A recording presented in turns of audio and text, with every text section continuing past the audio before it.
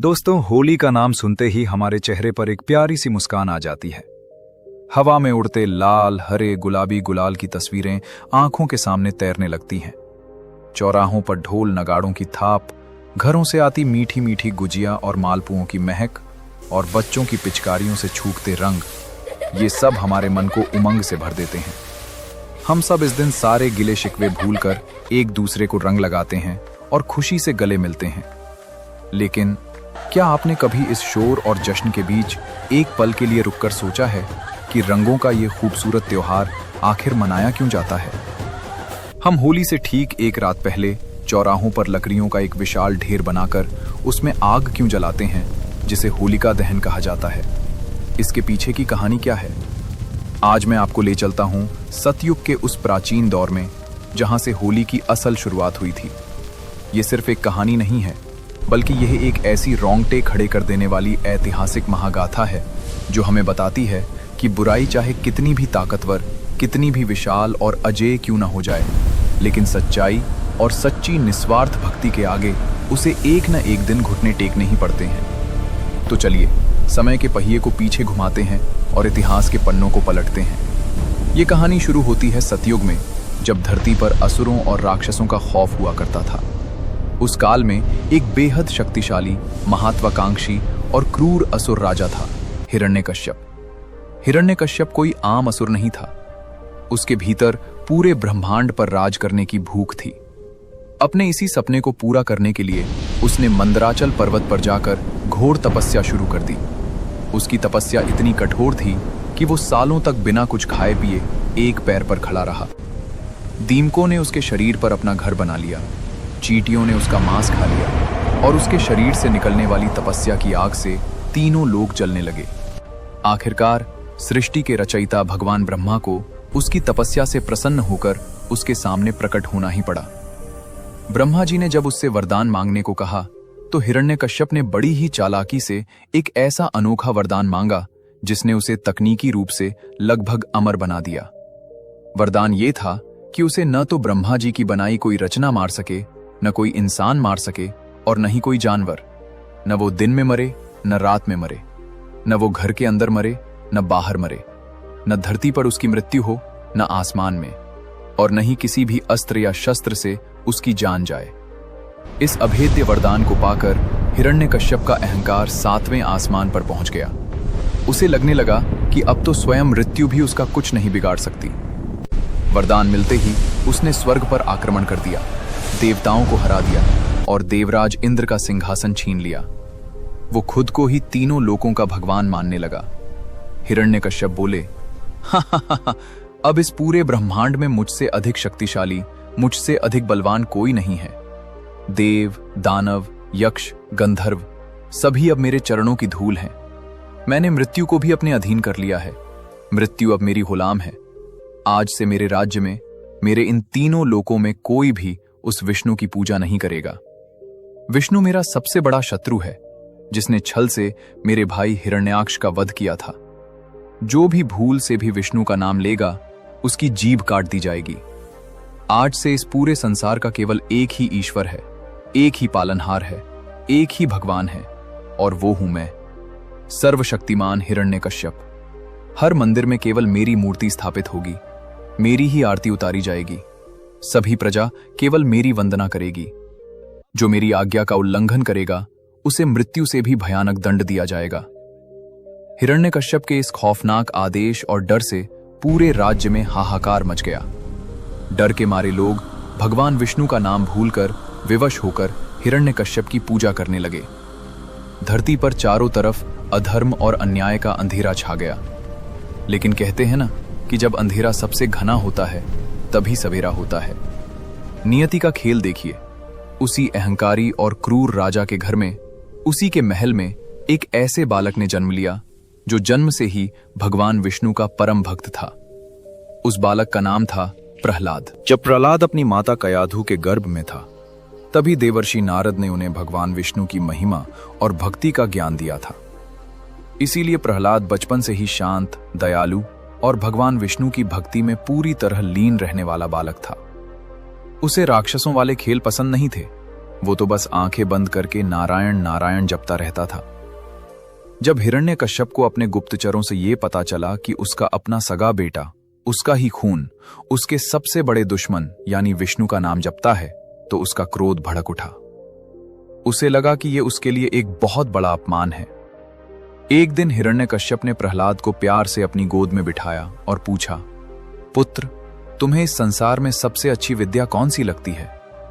प्रहलाद ने मासूमियत से जवाब दिया, पिताश्री, जो लोग संसार के झूठे मोह माया को छोड़कर भगवान श्री हरि की शरण में चले जाते हैं, वही सबसे श्रेष्ठ हैं।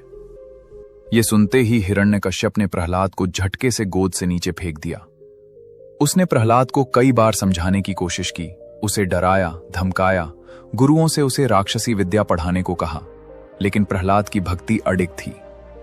हिरण्यकश्यप बोले, प्रहलाद, मूर्ख प्रहलाद, मेरे पुत्र होकर, मेरे ही खून होकर तुम उस कायर विष्णु का नाम क्यों जपते हो?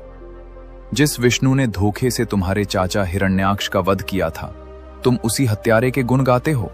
तुम्हारी इतनी हिम्मत? मूर्ख बालक, अपने अज्ञान के पर्दे हटाओ, अपनी आंखें खोलो और देखो, मैं ही इस सृष्टि का पालनहार हूं। मैंने घोर तपस्या करके ब्रह्मा से अमृतत्व का वरदान पाया है।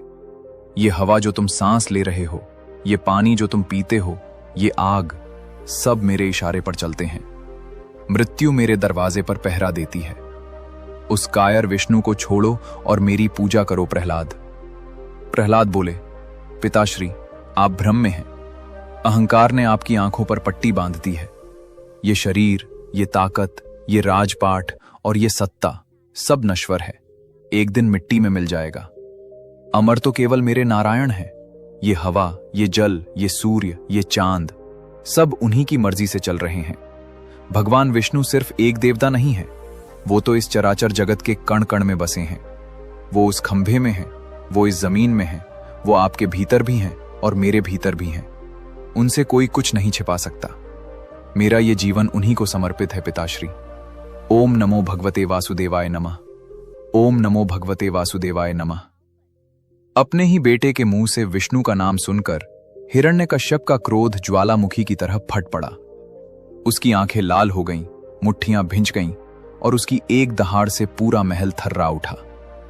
मेरा शत्रु, मेरा सबसे बड़ा दुश्मन विष्णु और मेरा ही खून उसका गुणगान कर रहा है। उसने फैसला किया कि जो बेटा उसकी बात नहीं मान सकता, जो उसके दुश्मन को अपना भगवान मानता है, उसे जीवित रहने का कोई अधिकार नहीं है। राजधर्म और पिता के मोह से ऊपर उठकर अब उसके सिर पर सिर्फ और सिर्फ अहंकार का भूत सवार था।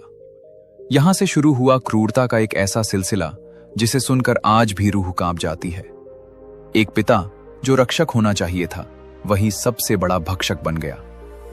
हिरण्यकश्यप ने अपने ही मासूम कोमल से बेटे को मारने के लिए एक से बढ़कर एक खौफनाक तरीके अपनाए। सबसे पहले उसने अपने क्रूर सैनिकों को आदेश दिया कि प्रहलाद को राज्य के सबसे ऊंचे पहाड़ की चोटी पर ले जाया जाए और वहां से नीचे नुकीले पत्थरों की खाई में फेंक दिया जाए। सैनिकों ने ऐसा ही किया। उस नन्हे से बालक को घसीटते हुए पहाड़ पर ले गए और बिना किसी दया के उसे नीचे धकेल दिया। लेकिन ये क्या, प्रहलाद के चेहरे पर खौफ की एक लकीर तक नहीं थी। वो हवा में तेजी से नीचे गिरते हुए भी मुस्कुरा रहा था। उसकी आंखें बंद थीं और होठों पर सिर्फ एक ही जाप था और वह नारायण का ध्यान कर रहा था। धरती के कठोर पत्थरों पर गिरने से पहले ही हवाओं ने उसका रास्ता मोड़ दिया। भगवान विष्णु ने उसे फूलों की तरह अपनी बाहों में सुरक्षित थाम लिया। जब सैनिक नीचे पहुंचे तो देखा प्रहलाद मिट्टी में खेल रहा था। प्रहलाद को एक खरोंच तक नहीं आई। ये खबर सुनकर हिरण्यकश्यप बौखला गया। उसका अहंकार चूर चूर हो रहा था। उसने एक नई चाल चली। उसने प्रहलाद को एक पागल और खूंखार हाथी के पैरों तले कुचलवाने की कोशिश की। एक ऐसा हाथी जिसे कई दिनों से भूखा रखा गया था, जो जंजीरें तोड़कर चिंगाड़ रहा था। जब उस विशाल जानवर को प्रहलाद की तरफ छोड़ा गया तो देखने वालों की सांसें अटक गईं। जमीन कांपने लगी। लेकिन हाथी प्रहलाद के पास आते ही शांत हो गया। प्रहलाद के तेज और भक्ति ने उस जानवर के क्रोध को हर लिया था और उसने अपनी सूंड से प्रहलाद के चरण स्पर्श कर लिए। हिरण्यकश्यप का पागलपन अब अपनी सीमा पार कर चुका था। इसके बाद प्रहलाद को भूखे जहरीले सांपों के बीच एक अंधेरी कोठरी में छोड़ दिया गया। एक ऐसी जगह जहां एक दंश ही किसी की भी जान लेने के लिए काफी था। मगर वो सांप जो काल का रूप थे, वो भी प्रहलाद के लिए एक रक्षक बनकर उसके चारों ओर बैठ गए, मानो शेष नाग स्वयं उसकी रक्षा कर रहे हों। जब इस पर भी बात नहीं बनी तो प्रहलाद को जहर दिया गया। एक ऐसा हलाहल जहर जिसका रंग देखकर ही इंसान दम तोड़ दे, लेकिन विष्णु की कृपा से वो जहर भी प्रहलाद के गले से नीचे उतरते ही अमृत बन गया। अब हिरण्यकश्यप हार मान चुका था। उसका सारा गुरूर मिट्टी में मिल गया था। उसे समझ नहीं आ रहा था कि इस छोटे से बालक को कैसे मारा जाए। उसके पास कोई भी ऐसा अस्त्र या शस्त्र नहीं बचा था जो प्रहलाद का बाल भी बांका कर सके। और जब सारे हथकंडे फेल हो गए, तब हताश हिरण्यकश्यप ने अपनी बहन होलिका को बुलाया। होलिका कोई साधारण स्त्री नहीं थी। उसके पास एक रहस्यमयी शक्ति थी। भगवान ब्रह्मा ने उसकी तपस्या से प्रसन्न होकर उसे एक विशेष चुनरी या शॉल वरदान में दी थी। इस चुनरी की खासियत ये थी कि अगर होलिका इसे ओढ़कर धधकती हुई आग में भी बैठ जाए तो आग की भयानक लपटें भी उसका बाल बांका नहीं कर सकती थी। आग उसे जला नहीं सकती थी। भरे दरबार में हिरण्यकश्यप बोले, होलिका मेरी बहन, आज तुम्हारे भाई की प्रतिष्ठा दांव पर लगी है। ये कुल कलंक प्रहलाद मेरे किसी भी अस्त्र से नहीं मर रहा है। मैं थक चुका हूं। कोई अदृश्य शक्ति हर बार इसकी रक्षा कर रही है। अब सिर्फ तुम ही मेरी मदद कर सकती हो। तुम्हारे पास ब्रह्मा जी की दी हुई वो चमत्कारी चुनरी है ना? तुम उस चुनरी को ओढ़कर प्रहलाद को अपनी गोद में लेकर चिता पर बैठ जाओ। आग उसे जलाकर भस्म कर देगी और तुम सुरक्षित बाहर आ जाओगी। होलिका अपने वरदान के अहंकार में अंधी हो चुकी थी। होलिका बोली, आप तनिक भी चिंता न करें भ्राताश्री। कल फाल्गुन मास की पूर्णिमा है। कल ही इस बालक का अंत होगा। ये मूर्ख बच्चा मेरे पास आकर बड़े प्यार से बैठ जाएगा। मैं वो दिव्य चुनरी ओढ़ लूंगी। जैसे ही सैनिक चिता में आग लगाएंगे, आग की लपटें इस विष्णु भक्त को पल भर में राख कर देंगी। आपके मार्ग का ये कांटा हमेशा के लिए दूर हो जाएगा। अगले दिन सूरज निकलते ही राज्य के बीचों बीच लकड़ियों का एक विशाल पहाड़ खड़ा किया गया। पूरी प्रजा डरी और सहमी हुई इस भयानक दृश्य को देख रही थी। हर आंख में आंसू थे। होलिका बड़े घमंड के साथ उस चिता पर चढ़ी। उसने ब्रह्मा जी की दी हुई वो चमत्कारी चुनरी ओढ़ ली और छोटे से प्रहलाद को बड़े ही मीठे मगर कपटी स्वर में प्यार से पुकार कर अपनी गोद में बैठा लिया। प्रहलाद के चेहरे पर रत्ती भर भी डर नहीं था। ना वो रोया, ना उसने बचने की कोशिश की। उसकी आंखें बंद थीं और उसके होठों पर सिर्फ एक ही नाम था, श्री हरि। तभी सैनिकों ने चिता में आग लगा दी। सूखी लकड़ियों ने तुरंत आग पकड़ ली और कुछ ही पलों में आग की लपटें आसमान को छूने लगीं। गर्मी इतनी भयंकर थी कि दूर खड़े लोग भी पीछे हटने लगे। पूरी प्रजा हाहाकार करने लगी। हिरण्यकश्यप अपने ऊंचे सिंहासन पर बैठकर जोर जोर से पागलों की तरह हंस रहा था कि आखिरकार उसका दुश्मन जल रहा है। लेकिन तभी प्रकृति ने एक भयंकर करवट ली। जिस आसमान में अभी तेज धूप थी, वहां अचानक काले बादल घिर आए और एक बेहद तेज तूफानी आंधी चलने लगी। हवा का झोंका इतना तेज और अचूक था कि होलिका, जो अपनी जीत पर मुस्कुरा रही थी, उसके शरीर पर लिपटी हुई वो चमत्कारी चुनरी उड़ गई। होलिका डर के मारे चीखने लगी, बचाओ भ्राताश्री, मुझे बचाओ। वो चुनरी हवा में लहराती हुई उड़कर सीधे नन्हे प्रहलाद के ऊपर जा गिरी और उसे पूरी तरह से ढक लिया। आग की भयंकर लपटों ने पलक झपकते ही होलिका को अपने आगोश में ले लिया। जो आग प्रहलाद को छू भी नहीं पा रही थी, उसी आग ने होलिका को घेर लिया। वरदान का दुरुपयोग करने के कारण होलिका उसी आग में जलकर राख हो गई। जब आग शांत हुई तो सभी ने एक चमत्कार देखा। प्रहलाद राख के ढेर के बीचों बीच सुरक्षित बैठा था और मुस्कुरा रहा था। उसे आग की एक लपट ने छुआ तक नहीं था। धुएं के छटते ही पूरे मैदान में जैसे सन्नाटा छा गया। लोगों की फटी आंखें उसी चिता को देख रही थीं। उस भयंकर आग ने होलिका को तो जलाकर राख कर दिया था, लेकिन प्रहलाद के कोमल शरीर पर एक खरोंच या जलने का एक निशान तक नहीं था। यहां तक कि उसके वस्त्र भी ज्यों के त्यों थे।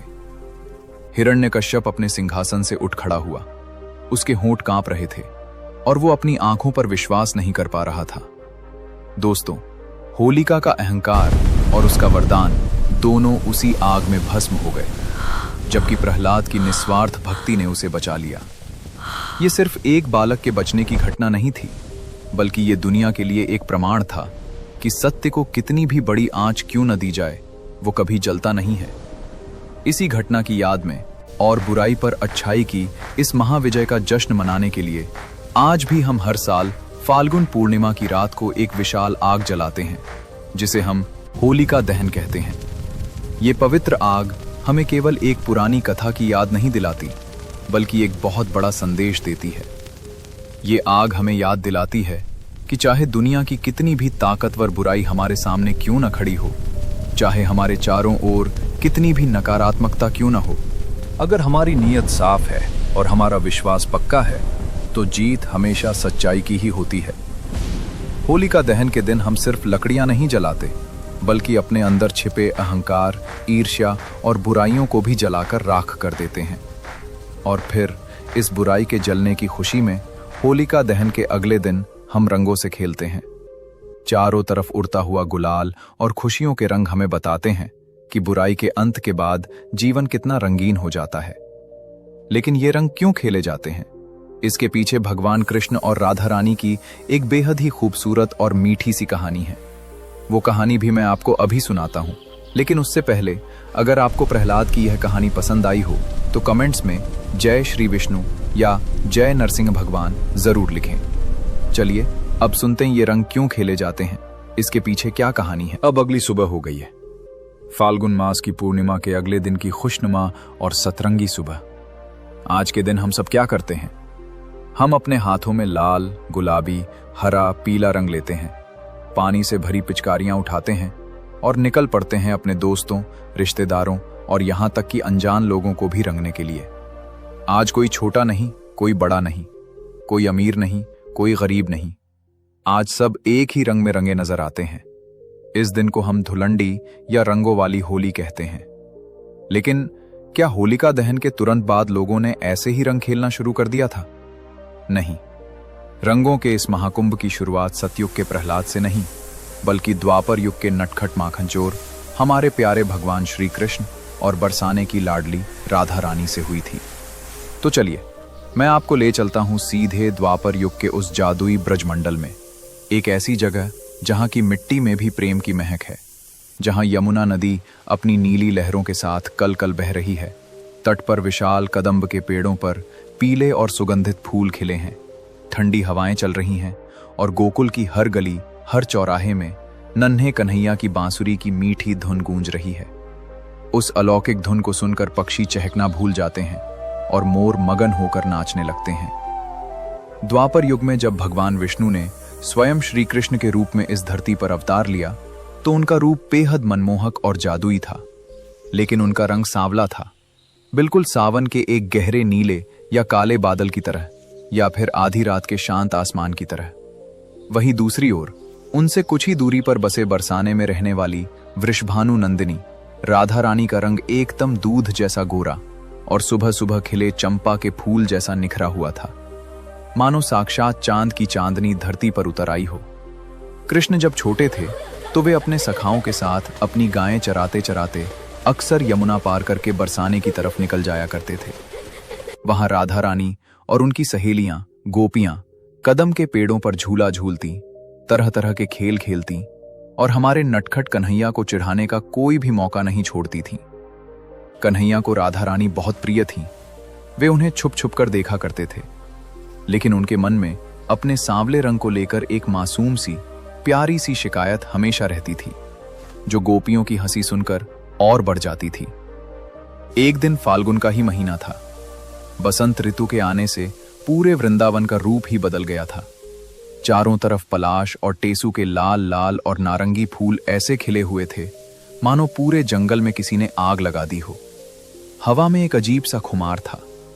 श्री कृष्ण उदास होकर यमुना नदी के किनारे एक पत्थर पर बैठे थे और शांत पानी में अपनी परछाई देख रहे थे।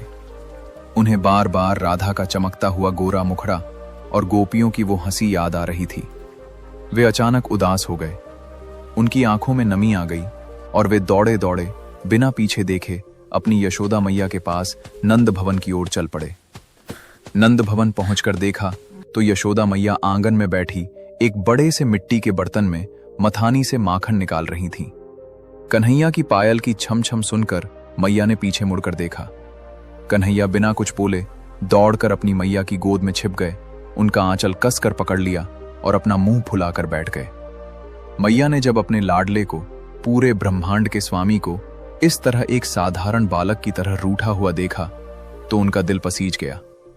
उन्होंने प्यार से कान्हा का माथा चूमा और पूछा, क्या हुआ मेरे लाल, किसने मेरे कान्हा को रुलाया? कृष्ण अपनी बड़ी बड़ी आंखों में आंसू भरकर मासूमियत से बोले, मैया तू मुझे आज सच सच बता, तू तो इतनी गोरी है, नंद बाबा भी गोरे हैं, बलराम दाऊ भी एकदम सफेद हैं, और बरसाने वाली वह वृषभानु की बेटी राधा, वो भी एकदम चंपा के फूल जैसी गोरी है। फिर मैं ही ऐसा सांवला क्यों हूं? क्या मैं तेरा अपना लाला नहीं हूं मैया? क्या तूने मुझे कहीं से मोल लिया है? प्रकृति ने मेरे साथ ही ऐसा भेदभाव क्यों किया है?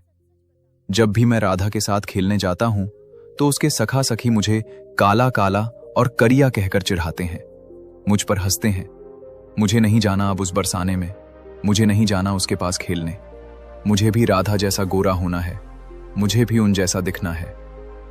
यशोदा मैया अपने भोले से लाले की इस मासूम और प्यारी सी शिकायत को सुनकर अपनी हंसी नहीं रोक पाई। वे जोर जोर से हंसने लगी। उन्हें समझ नहीं आ रहा था कि वे इस छोटे से बच्चे को कैसे समझाएं कि उसका ये सांवला रंग कोई साधारण रंग नहीं, बल्कि पूरे ब्रह्मांड को मोह लेने वाला रंग है।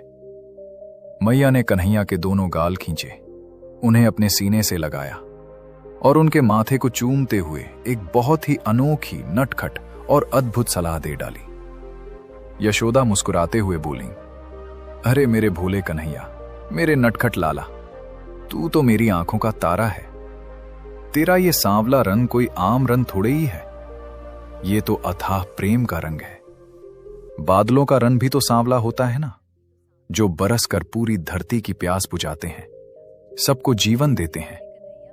आंखों में लगने वाले काजल का रंग भी काला होता है, जो आंखों की सुंदरता बढ़ाता है। और तू उस राधिका के रंग से इतना क्यों चिढ़ता है? अगर तुझे उसका गोरा रंग इतना ही खटकता है तो एक काम कर, जा अपने सखाओं के साथ मिलकर अपने मनपसंद रंग तैयार कर और सीधा बरसाने चला जा। राधा के चेहरे पर भी वही रंग मल दे जो तुझे सबसे ज्यादा पसंद हो। जब तू उसे अपने ही रंग में रंग देगा तो फिर तुम दोनों एक जैसे हो जाओगे, कोई भेद ही नहीं रहेगा। न वो गोरी रहेगी, न तू सांवला लगेगा। कन्हैया की बड़ी बड़ी आंखें ये सुनकर चमक उठी। उनके चेहरे पर छाई उदासी पल भर में गायब हो गई और वहां एक शरारती मुस्कान ने ले ली। मैया की ये तरकीब उनके नटखट मन को बहुत भा गई। बस फिर क्या था, कन्हैया ने अपनी बांसुरी कमर में खोसी, अपना पीतांबर कसा और घर से बाहर निकलकर जोर से अपने ग्वाल बालों को आवाज लगाई, ओ मनसुखा, ओ श्रीदामा, सुबल, जल्दी आओ, आज तो बरसाने पर चढ़ाई करनी है, आज तो उस राधिका को रंगना है। श्री कृष्ण की आवाज सुनकर उनके सभी दोस्त दौड़ते हुए आ गए। उन्होंने मिलकर जंगल की ओर दौड़ लगा दी और पेड़ों से चुन चुनकर पलाश और टेसू के लाल नारंगी फूल तोड़े। उन ढेरों फूलों को बड़े बड़े कड़ावों में रात भर पानी में उबाला गया, जिससे एक बेहद खूबसूरत प्राकृतिक खुशबूदार और पक्का लाल रंग तैयार हुआ। इसके साथ ही उन्होंने माथे पर लगाने वाले चंदन के पाउडर, कीमती केसर और ताजे गुलाब की पंखुड़ियों को पीसकर पीला और गुलाबी गुलाल बनाया। इस सारी तैयारी के बीच कन्हैया के चेहरे पर एक गजब की चमक थी। रंग तैयार होने के बाद दूर से ही रंग फेंकने के लिए कन्हैया ने बांस की पोरियों को काटकर उनसे लंबी लंबी पिचकारियां भी तैयार कर ली। अगली सुबह फाल्गुन की उसी पूर्णिमा के अगले दिन श्री कृष्ण अपनी पूरी ग्वाल बालों की टोली के साथ ढोल और मंजीरे बजाते हुए गोकुल से बरसाने की तरफ निकल पड़े। सूरज की पहली किरण के साथ ही पूरा गोकुल जैसे जाग उठा था। कन्हैया के चेहरे पर एक गजब की नटखट मुस्कान थी। किसी ग्वाले के कंधे पर लाल रंग से भरी मटकी थी तो किसी की कमर में पीला और गुलाबी गुलाल बंधा था। ढोल की धमाधम और मंजीरों की छन छन से पूरा रास्ता गूंज रहा था। आज तो जैसे इन ग्वालों को पूरी दुनिया जीतनी थी। उधर बरसाने में राधा रानी अपनी सहेलियों ललिता, विशाखा और बाकी गोपियों के साथ यमुना किनारे कदम के पेड़ के नीचे बैठी थी। सुबह की ठंडी ठंडी हवा चल रही थी। राधा रानी ने बेहद सुंदर नए वस्त्र पहने हुए थे और चमेली के फूलों से अपना श्रृंगार किया था। उन्हें जरा भी अंदाजा नहीं था कि गोकुल का ये नटखट चोर आज क्या खुराफात करने वाला है। वो तो अपनी सखियों के साथ मीठी मीठी बातों में मगन थी। तभी हवा में एक जानी पहचानी सी बांसुरी की धुन तैरने लगी।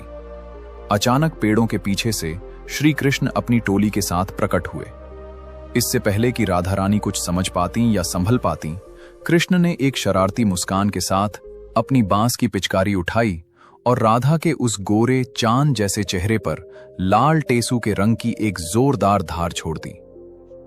छपाक की आवाज हुई और राधा का पूरा चेहरा, उनके सुंदर वस्त्र और उनके बालों में लगा चमेली का गजरा सब कुछ लाल रंग में भीग गया। कृष्ण के इशारे पर उनके सखाओं ने भी अपनी अपनी मटकियां खोल दी और गोपियों पर गुलाल उड़ाना शुरू कर दिया। देखते ही देखते पूरा आसमान लाल, पीले और गुलाबी बादलों से भर गया, मानो आसमान में एक साथ कई इंद्रधनुष उतर आए हों। राधा रानी पहले तो एकदम अवाक रह गईं। फिर जब उन्होंने कन्हैया को जोर जोर से हंसते और चिढ़ाते देखा तो उनका भी नटखटपन जाग उठा। राधा अपने भीगे हुए दुपट्टे को झटकते हुए बोली, अरे कान्हा, ये क्या उधम है? मेरे इन सुंदर नए वस्त्रों को तूने लाल पीला कर दिया, और ये मेरे गालों पर क्या मल दिया है तूने? मेरी आंखों में रंग जा रहा है। तू खुद तो सांवला है और अब मुझे भी अपने जैसा बना दिया। ठहर जा नटखट माखन चोर, आज तो मैं तुझे नहीं छोड़ूंगी। ललिता, विशाखा, जल्दी आओ। आज इस गोकुल वाले को हम भी इसके मनपसंद रंग में रंग देंगे। उठाओ रंग, और कोई भी ग्वाला आज यहां से बिना रंगे वापस नहीं जाना चाहिए।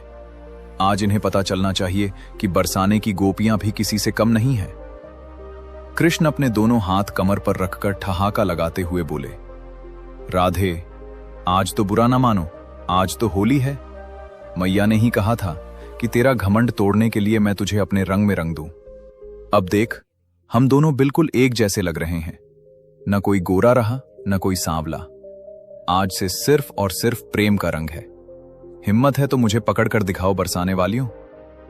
इसके बाद जो हुआ वो इतिहास बन गया। राधा रानी और गोपियों ने भी कृष्ण और उनके दोस्तों पर पलटवार किया। गोपियों ने अपने पास रखे सुगंधित गुलाल से कान्हा को पूरी तरह नहला दिया। लेकिन बात सिर्फ रंगों पर नहीं रुकी। गोपियों ने रंग तो डाला ही, साथ ही कृष्ण और उनके दोस्तों को मजा चखाने के लिए प्रेम से उन पर रंग समाज के सारे भेदभाव मिटाकर हम सबको एक समान बना देते हैं। यशोदा मैया के उस छोटे से सुझाव और कन्हैया की उस प्यारी सी शरारत ने हमें दुनिया का सबसे खूबसूरत और जीवंत त्योहार दे दिया, हमारी प्यारी होली।